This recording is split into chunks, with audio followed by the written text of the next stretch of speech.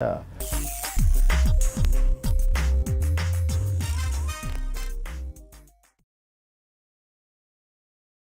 The one-stop shop for your 21st century lifestyle and communications, Basepoint International. At Basepoint, we're committed to providing first-class services to all our clients: corporate event planning and coordination, corporate event coverage in Europe, Africa, North and South America, TV and film production. We provide language services for all business and leisure. For further information, contact us today at Basepoint International or visit us at basepointinternational.com. Jude Joseph IT Consultancy, empowering people with technology. Build strong business relationships with state-of-the-art telecommunications. Never miss another client or customer again. Let our website development team ensure you have the right web presence with the latest search engine optimization techniques. Let us provide all your hardware, software and network infrastructure. Call us today on 0207 907 9860 or visit our website at judejoseph.com.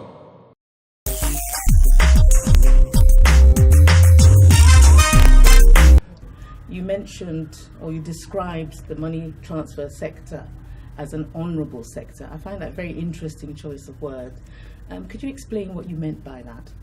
The money transfer sector, in my view, is a very honourable sector for two reasons. One, it is responsible for remitting back to Nigeria huge sums of money.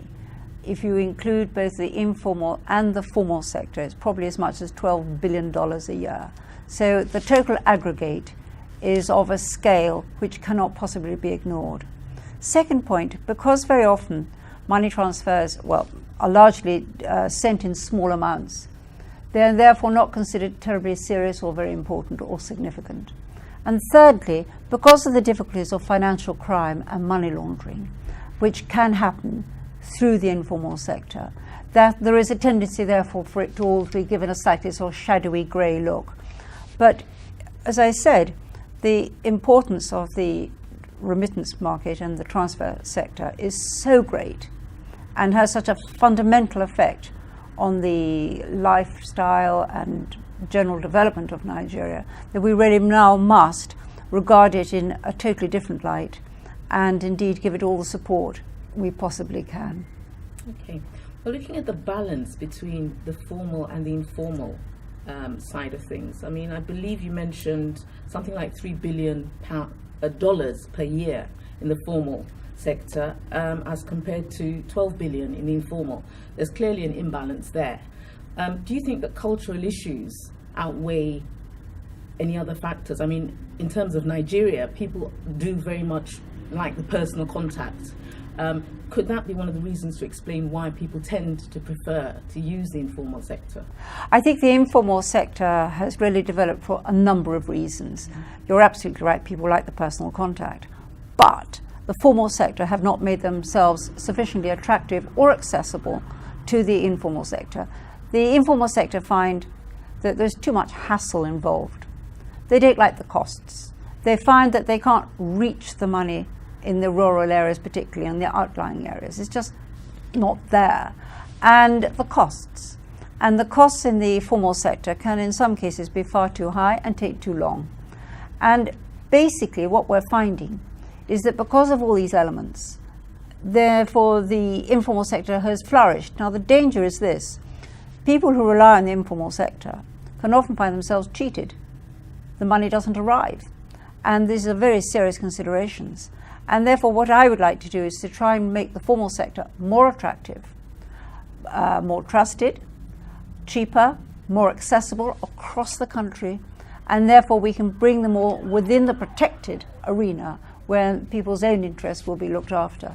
Absolutely, and that would obviously be of benefit to the consumer. Exactly. Can I just ask you about perhaps the fact that Western Union seem to dominate the market? There seems to be a very high recognition factor. Is this a good thing? Is it sort of almost a monopoly?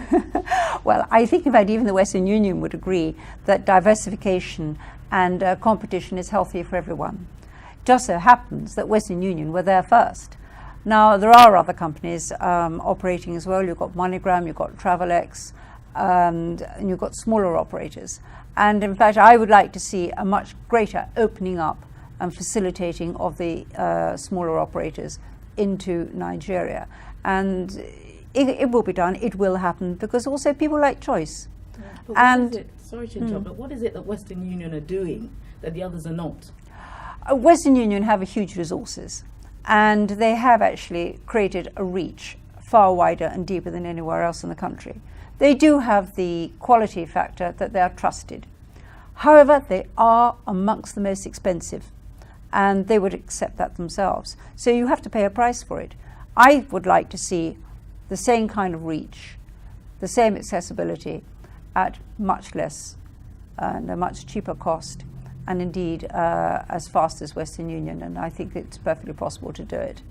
Okay, moving on to the issue of money laundering, which you touched on, and obviously which is absolutely key in this sector.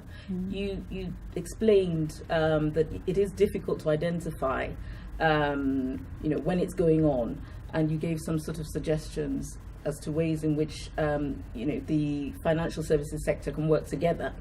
I believe, I understand that there's an act in Nigeria which requires all banks and financial institutions to report any complex, unusual or suspicious transactions over 1 million naira. I mean, 1 million naira is not a huge amount of money. That's going to be a large number of transactions. I mean, what are your views on this sort of proposal, and will this be effective, do you think, in combating money laundering in the Nigerian sort of environment? Well, I think in fact it rather depends to what body are they having to report these money movements. I believe it's the central bank. It's the central bank. Well, that's marvellous for the central bank, but what about everyone else?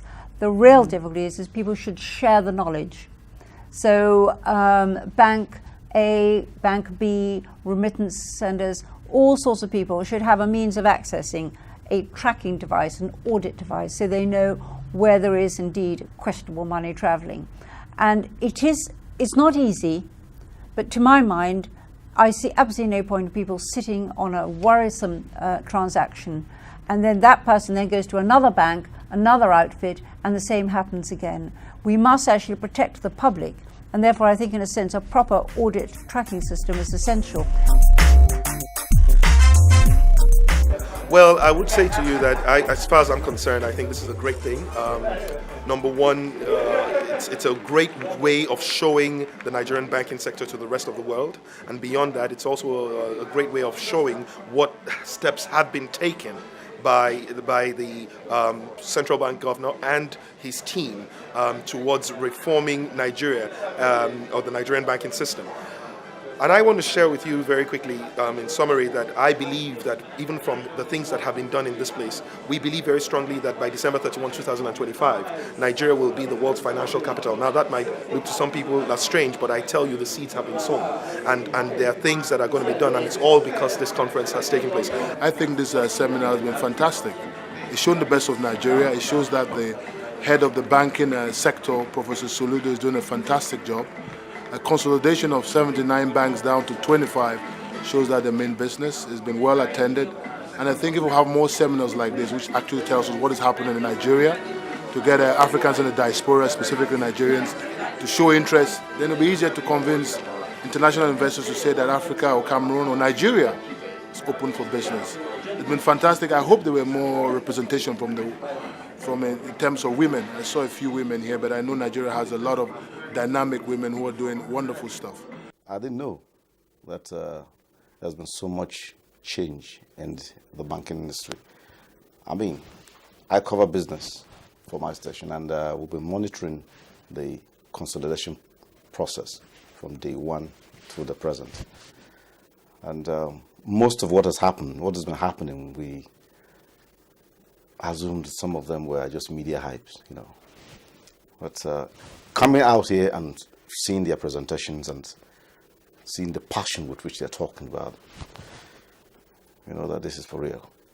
So it's the Nigerians in diaspora who, majority of whom were the audience, are the first people who are supposed to give the Nigerian image, who are the main message carriers about what is happening in their own country. They are the ones who are to convince their friends, their business associates, and so on that what's happening back home is different. Nigeria is changing. Nigeria has changed for the better. I would say that it's one of the best organized events I've seen in recent times. And there was so much to take away. The message was quite profound.